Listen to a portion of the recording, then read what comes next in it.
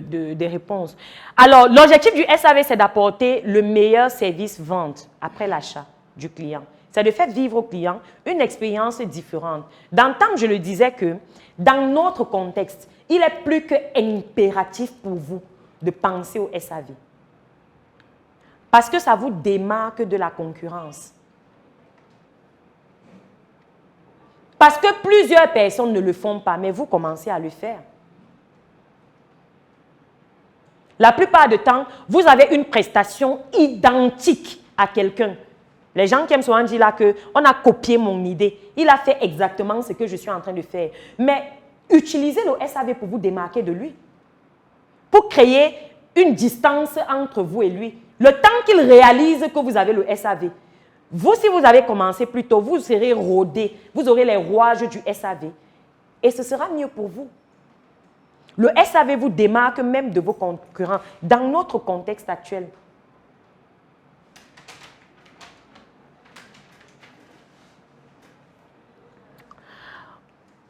Je l'ai dit non, tout à l'heure je le disais même.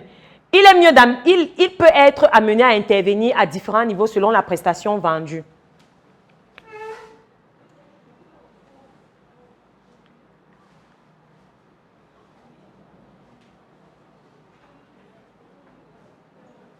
Alors, le SAV, les caractéristiques du SAV, le SAV doit être réactif.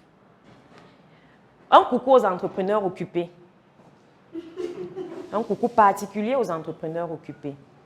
Les mecs, tu lui écris hier pour lui demander une prestation et il te répond une semaine après. J'avoue que je le fais souvent. Souvent, mais pas tout le temps. Ça peut arriver, mais pas tout le temps. En fait, la plupart des temps, même, je zappe les messages de mes clients fidèles à cause des gars des messages de diffusion, à cause des groupes. Les groupes, même, ils sont en sourdine. Vous voyez, non, groupe de famille, groupe des anciens élèves, groupe des promos, groupe de ceci, groupe de cela, machin truc. Groupe des entrepreneurs d'Afrique, machin truc. C'est en sourdine. Il faut laisser mes clients respirer. Même dans mon inbox, ils sont privilégiés. Ils ne doivent pas se mélanger à la populace. Le SAV, votre SAV doit être réactif. Ça veut dire que quelqu'un ne vienne pas acheter un produit, un service chez vous, et puis vous attendez un an plus tard pour contacter la personne. Que quelqu'un ne vous contacte pas pour vous dire que ma montre a eu tel problème. Vous allez répondre une semaine plus tard. Non.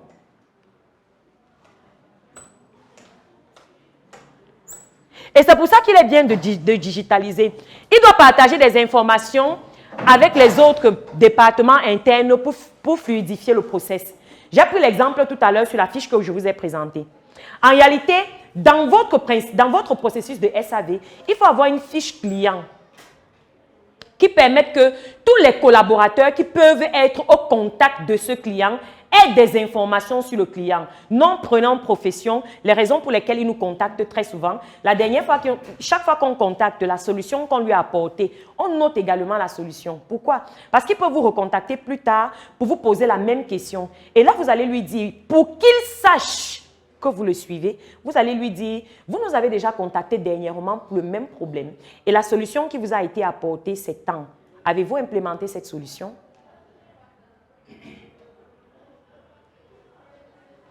Et il ne faudrait pas que le client ait l'impression, si vous êtes dans une entreprise où 10 personnes gèrent le SAV, il ne faudrait aucunement que le client ait l'impression que Beauclair n'est pas Beauclair et que Nicaise n'est pas Nicaise. Non. Et qu'est-ce qui vous permet d'être au même niveau d'information? C'est la fiche du client. Autre chose, il doit faciliter l'écoute des attentes et les problématiques du client avec une équipe disponible pour proposer une solution adaptée. Ça veut dire que quand quelqu'un vous appelle ou que vous appelez la personne, je vous ai dit que le SAV, normalement, c'est un appel entrant. Normalement, c'est la personne qui vous appelle. Mais si on est dans le contexte où c'est vous qui appelez la personne, donc vous devez avoir un numéro de téléphone qui permette que les personnes puissent vous contacter sur ce numéro de téléphone. Mais On comprend, on est entrepreneur, on a une petite entreprise. Peut-être c'est un luxe qu'on ne peut pas encore se permettre. Et là, c'est nous qui allons faire du SAV auprès des clients. Ça veut dire quoi? Ça veut dire que lorsque vous contactez la personne, il faut être à l'écoute de ses préoccupations. Ça veut dire que est-ce que vous savez que le fait de dire que vous avez peur des retours négatifs, c'est de dire de façon inconsciente que vous ne voulez pas vous améliorer? Que vous n'avez pas confiance à votre produit, que vous savez que ce que vous vendez n'est pas bon. Rappelez-vous une chose. Il est plus facile de convaincre un client mécontent que de convaincre un client content. Je répète, il est plus facile de convaincre un client mécontent qu'un client content. Il y a des gens qui font des achats prompts chez vous. Il va acheter une fois là, il part. Vous pouvez l'appeler 10 fois après. Il ne va plus jamais. Il était client comme ça en passant. Quelqu'un qui a été insatisfait par votre prestation. Si vous savez gérer le SAV, vous l'avez appelé, vous avez demandé est-ce que le produit a bien fonctionné, est-ce que le mariage s'est bien passé, est-ce que le produit était bon, est-ce qu'il a aimé, est-ce qu'il a fait ci, est-ce qu'il a fait ça. Quand vous l'appelez, il vous dit je n'ai pas aimé le produit, dès que je l'ai porté, ça a fait ci ou ça a fait ça. Ça a fait ci, ça a fait ça, ça s'est détérioré, ça machin, ça, c'est là. Non. Je l'entends bien. Alors dites-moi, comment est-ce que vous avez utilisé le produit? Est-ce que vous l'avez laissé à la portée des enfants? Est-ce que vous l'avez... Je ne sais pas. Vous procédez à un certain questionnement. Mais l'une des choses qui marche pour un client, le client peut crier, hurler, dire même qu'il veut vous taper. L'une des choses qu'un vendeur, un entrepreneur devrait savoir, c'est qu'il ne perd jamais son sang-froid devant le client. Le client a le droit d'être discourtois. Vous avez l'obligation d'être courtois. Le client a le droit de crier. Vous avez l'obligation de l'écouter sans crier, sans regember, sans dire un mot. C'est une obligation. Ce n'est pas une option, c'est une obligation. Le client a le droit de dire qu'il va vous taper. Vous avez le droit et l'obligation de dire « je l'entends bien » avec le sourire aux lèvres. Parce qu'il faut savoir une chose. Quand vous avez quelqu'un qui est mécontent devant vous, même s'il est face à vous, et si vous voulez expérimenter-le, il crie, il hurle, il parle, laissez qu'il le fasse.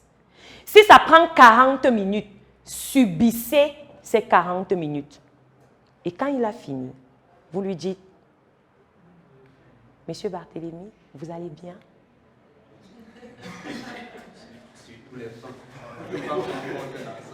Avec le sourire aux lèvres. En fait, lorsque vous le faites, qu'est-ce qui se passe?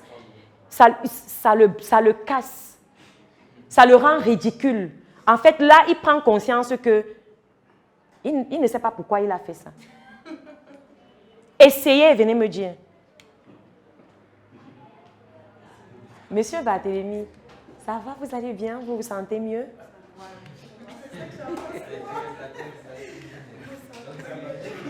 J'ai pris note de toutes vos préoccupations et honnêtement, si j'avais été à votre place, je réagisserais pareil.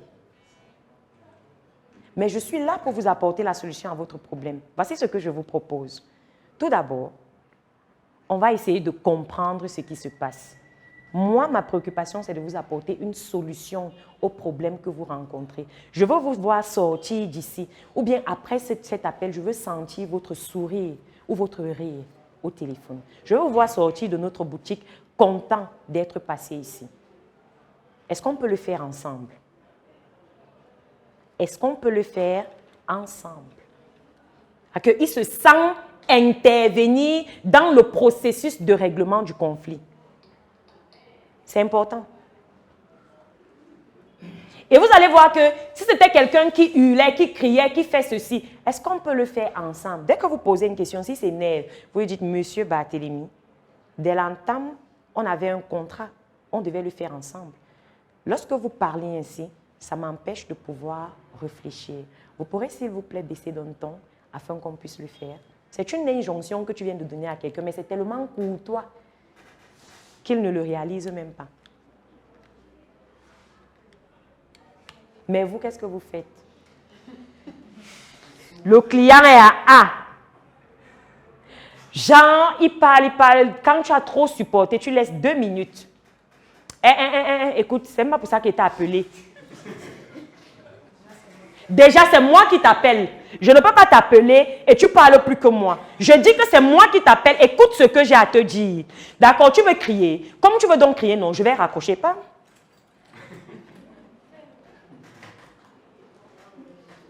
Maintenant, ce cas précis peut arriver. Ça peut arriver que vous avez souri à la personne, vous avez fait des propositions de faire ci, vous avez fait des propositions de faire ça. La personne ne veut pas, la personne continue à crier. Vous allez lui dire tout simplement, écoutez, malgré toutes les tentatives que j'ai essayées afin de pouvoir régulariser le problème, je constate que vous n'êtes pas apte ou vous n'êtes pas ouvert à la résolution de ce problème.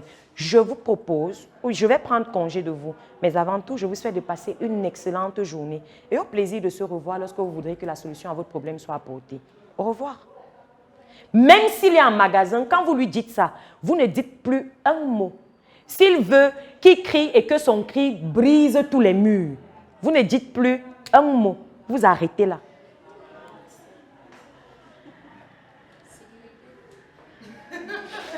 On se connaît, non? Sécurité!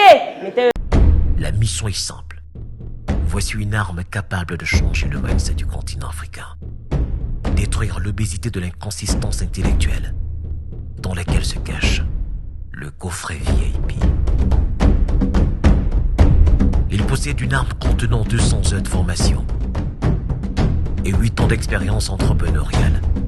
Recevez le pouvoir de devenir une meilleure version de vous-même. Armez-vous de cette clé pour une réussite entrepreneuriale.